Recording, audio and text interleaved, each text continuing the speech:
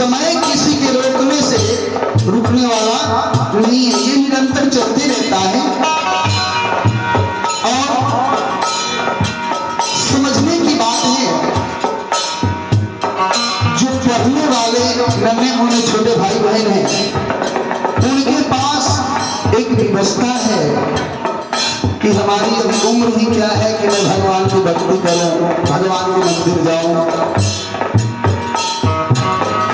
और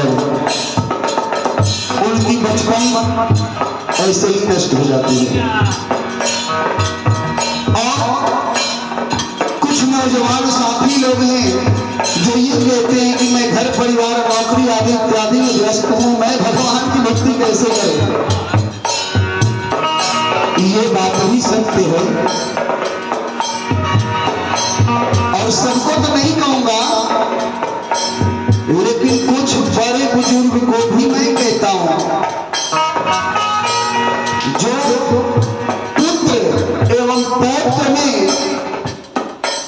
इतने व्यस्त हो गए हैं,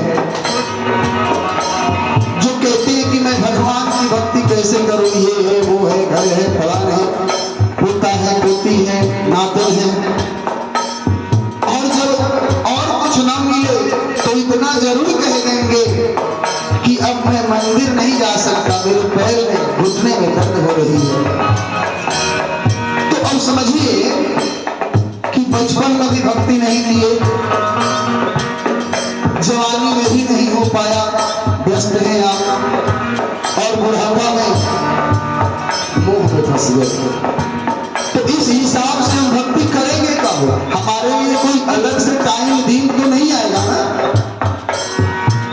तो हमारे संत महात्मा कहते हैं कि आप अपने काम काज में व्यस्त रहिए, हम बाधा नहीं पहुंचाएंगे, आप अपना काम कीजिए, लेकिन कम से कम अपने हृदय में भगवान के नाम की स्मरण कीजिए और उनके नाम की गुणगान अवश्य करें, और अपने घर परिवार पुत्र एवं पौत्र में इस बात की व्याख्या करें कि भगवान का नाम कितना विशाल और कितना प्रभावशाली है।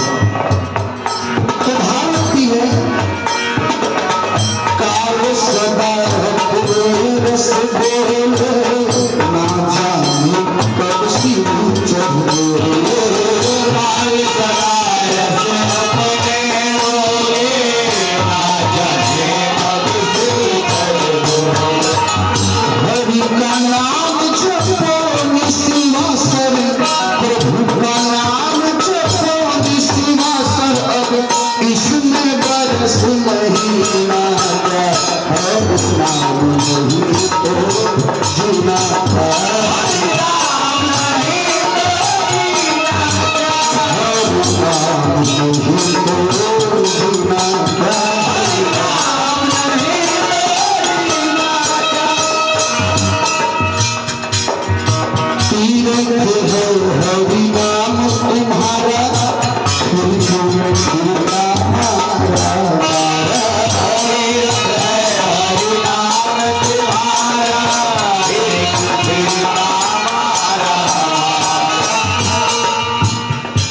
हमारे देहात में कोई भी कथा पूजा होता है तो आचार्य महोदय या फिर जितने भी व्यासपीठ पर वैसे हमारे व्यास जी लोग आते हैं, कहते हैं कि आज ये जगह बड़ी पावन पवित्र है। मैंने भी कहा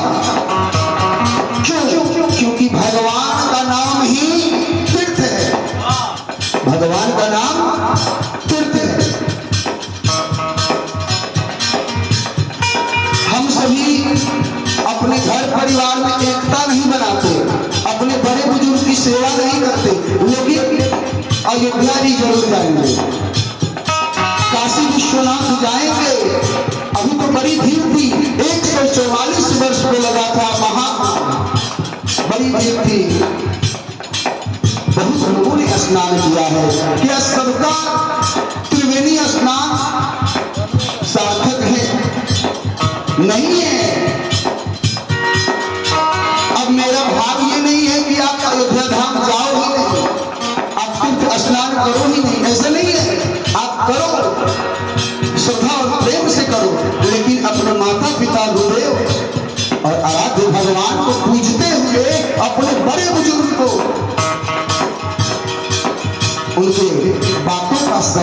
करते हुए आप जाओ, एक ही स्नान में आपकी जीवन सफल हो जाएगी।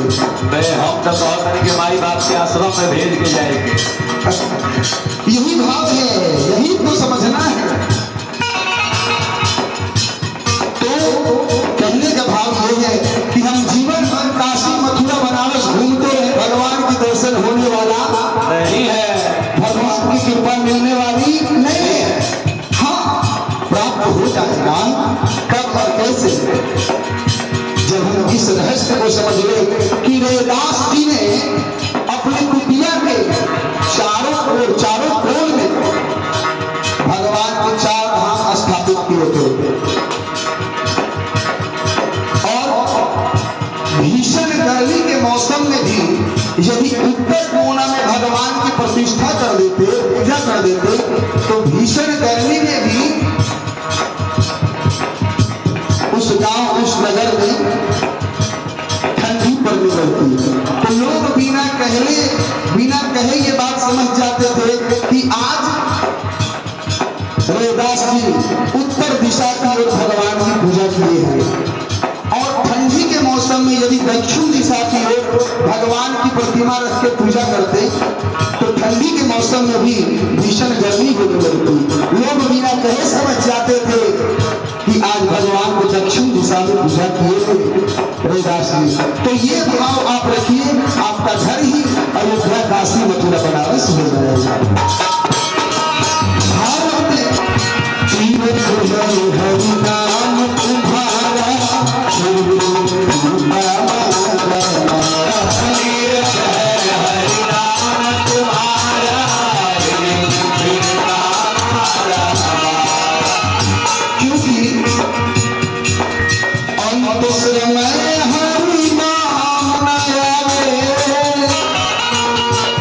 अब कंठ भी काम नहीं कर रहा है। कब भी घेर लिया, भगवान के नाम पालन नहीं कर सकते। अंत समय हरि नाम न आवे, अंत समय हरि नाम न आवे, तो काशी और मदीना भगवान नहीं तोड़ना।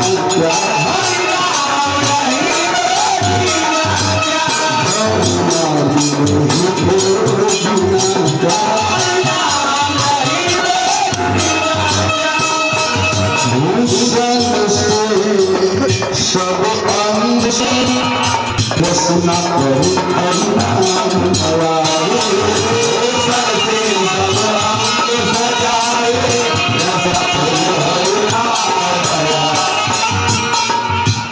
हमारे समाज में बहुत से ऐसे लोग मिलते हैं जो पहले तो भगवान के पूजा पाठ में जाना नहीं चाहेंगे, मंदिर जाना नहीं चाहेंगे। यदि घर परिवार में कुछ दबाव है, प्रेशर है, मंदिर चले भी गए तो बड़ी जल्दी लौट के चले आएंगे। ना तो जाके सूत आइए, लेकिन कुछ भक्त हमारे बीच ही रहते हैं, वो हम लोगों से दूर नहीं है, बीच में ही रहते हैं।